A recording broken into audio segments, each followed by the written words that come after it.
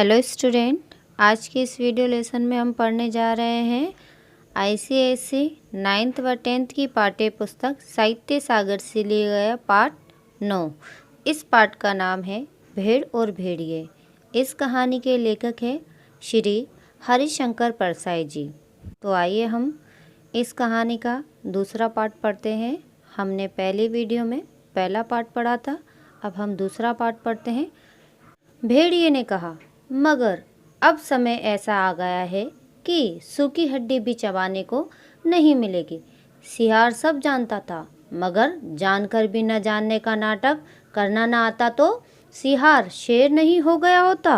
आखिर भेड़िए ने वन प्रदेश की पंचायत के चुनाव की बात बूढ़े सियार को समझाई और बड़े गिरे हुए मन से कहा, चुनाव अब पास आता जा रहा है, अब यहाँ से भागने के सिवा कोई चारा नहीं, पर जाए भी तो कहाँ जाएंगे हम। सियार ने कहा, मालिक सर्कस में भर्ती हो जाइए।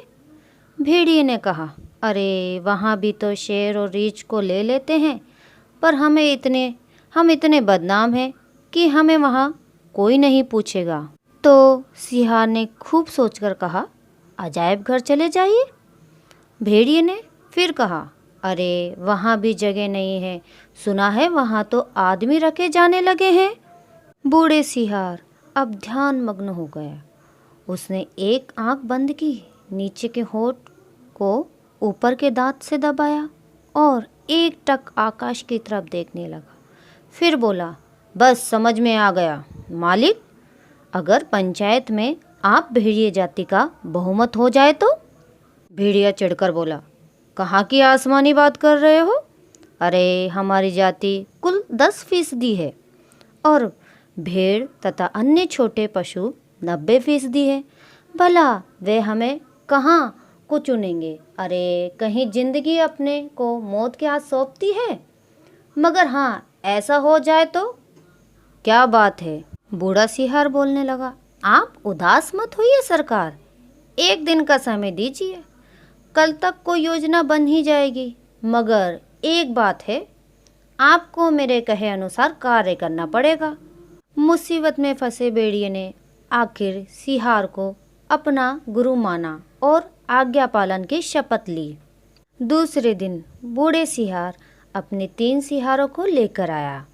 उनमें से उसने एक को पीले रंग में रंग दिया, दूसरे को नीले रंग में और तीसरे को हरे रंग में। भेड़िए ने देखा और पूछा, अरे ये कौन है? बूढ़ा सियार बोला, ये भी सियार हैं सरकार, मगर रंगे सियार हैं, आपकी सेवा करेंगे, आपके चुनाव का प्रचार करेंगे। भेड़िए ने शंका की, मगर इनकी बात मानेगा कौन? ये तो वैसे ही छल कपट के लिए बदनाम है। सियार ने भेड़िए का हाथ चूम कर कहा, बड़े भोले हो आप सरकार। अरे मालिक, रंग रूप बदल देने से तो सुना है आदमी तक बदल जाता है, फिर ये तो सियार हैं। तब बूढ़े सियार ने भेड़िए का भी रूप बदल दिया, मस्तक पर तिलक लगाया, गले में कंठी पहनाई, मुंह में घास का तिनका खोस दिया और बोला, अब आप पूरे संत हो गए हैं मालिक। अब भेड़ों की सभा में चलिए, मगर 3 बातों का ख्याल रखना। अपनी हिंसक आंखों को ऊपर मत उठाना, हमेशा जमीन की ओर देखना और कुछ बोलना मत, नहीं तो सब पोल खुल जाएगी। वहाँ बहुत सी भेड़ आएंगी, सुंदर सुंदर, मुलायम मुलायम, तो कहीं किसी को तोड़ मत खाना। भेड़िए ने पूछा, लेकिन ये रंगे सियार करेंगे क्या? ये किस काम का आएंगे? बूढ़ा सियार बोला, ये बड़े काम के हैं, आपका सारा प्रचार तो यही करेंगे, इन्हीं के बल पे आप चुनाव लड़ेंगे। पीला वाला सियार बड़ा विद्वान, विचारक, कवि है, लेखक भी है।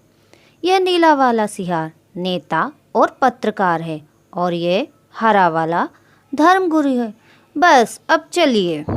जरा ठहरो, भेड़िए ने बूढ़े सियार को रोका। कवि, लेखक, नेता, विचारक, ये तो सुना है बड़े ही अच्छे लोग होते हैं, और ये तीनों? बात काटते सियार बोला, ये तीनों सच्चे नहीं हैं, रंगे हुए हैं महाराज। अब चलिए देर मत कीजिए। और वे चल दिए। आगे बूढ़ा सिहार था, उनके पीछे रंगा सिहार, के बीच में भेड़िया चल रहा था। मस्तक पर तिलक, गले में कंठी, मुख में घास के तिनके।